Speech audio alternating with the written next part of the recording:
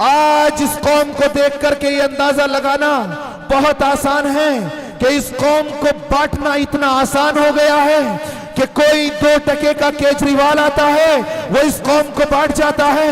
UP के अंदर कोई अखिलेश आता है वो इस कौम को बांट जाता है।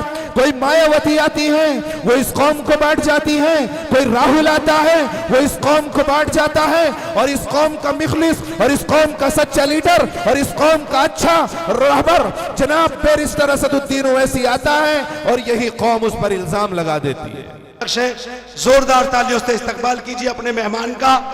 वक्त का ख्याल रखते हुए मुफ्ती रियाज साहब।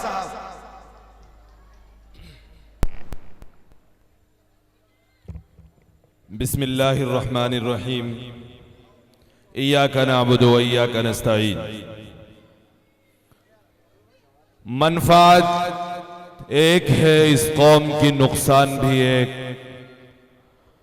मनफात एक है, इस कौम की नुकसान भी एक ही सबका नबी, दीन भी ईमान भी एक।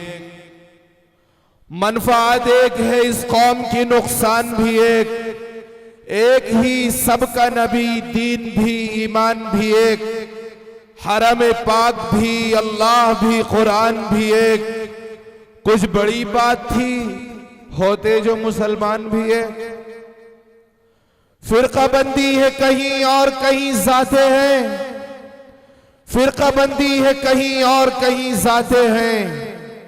क्या जमाने में पनपने की यही बातें हैं?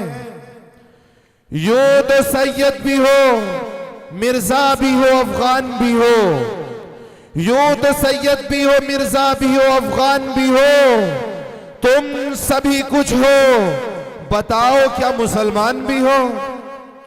मोहतरम हजरात, मैं आज उस कौम से मुखातब हो रहा हूं जो कौम कभी ला इलाहा इल्लल्लाह की बुनियाद पर एक थी और जिसको एक करने के लिए किसी और का वास्ता देने की जरूरत नहीं होती थी।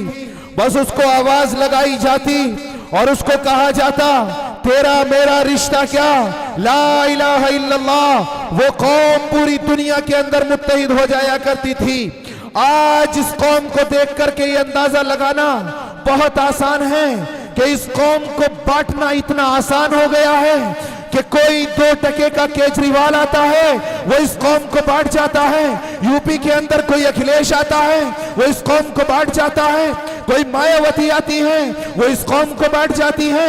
कोई राहुल आता है वो इस कौम को बांट जाता है। और इस कौम का मुखलिस और इस कौम का सच्चा लीडर और इस कौम का अच्छा रहबर जनाब बैरिस्टर असदुद्दीन ओवैसी आता है और यही कौम उस पर इल्जाम लगा देती है। बड़ी हैरानी की बात है, बड़े अफसोस की बात है। बस मैं ये बात कह करके अपनी बात खत्म कर रहा हूं कि याद रखो, जिस घर का कोई बड़ा नहीं होता, जिस कौम का कोई लीडर नहीं होता, वो कौम कभी तरक्की नहीं कर सकती। आज हमारी तनज़्ज़ुली की सिर्फ और सिर्फ एक वजह है और वो वजह यह है कि आजाद हिंदुस्तान के अंदर हमने अपनी लीडरशिप पर जोर नहीं दिया है। कभी हमने केजरीवाल को मजबूत किया, कभी हमने अखिलेश को मजबूत किया, कभी हमने कांग्रेस को मजबूत किया। अगर हम इन तमाम पार्टियों पर मेहनत न करके किसी एक पार्टी पर मेहनत करते, किसी एक को अपना लीडर चुनते, किसी एक को अपना मसीहा चुनते, तो आज हमारे हालात केरला के मुसलमानों की तरह बेहतर हो सकते थे। आज हमारे हालात तेलंगाना के मुसलमानों की तरह बेहतर हो सकते थे। आप रंगनाथ मिश्रा कमीशन रिपोर्ट पढ़िए, सच्चर कमेटी की रिपोर्ट पढ़िए, यूपी के, दिल्ली के, बिहार के मुसलमानों की हालत देखिए। आप बआसानी अंदाजा कर सकते हैं कि हम क्या हो सकते थे और हम क्या हैं। बस ये बात कह करके अपनी बात खत्म कर रहा हूं। 5 तारीख को इलेक्शन होना है। आप वक्त की नजाकत को समझिए। मुझे बहुत सारी बातें करना थी, लेकिन वो किसी ने कहा है कि उनसे मिलकर मुझको रोना था, बहुत रोना। उनसे मिलकर मुझको रोना था, बहुत रोना। तंगी वक्त मुलाकात ने रोने न दिया।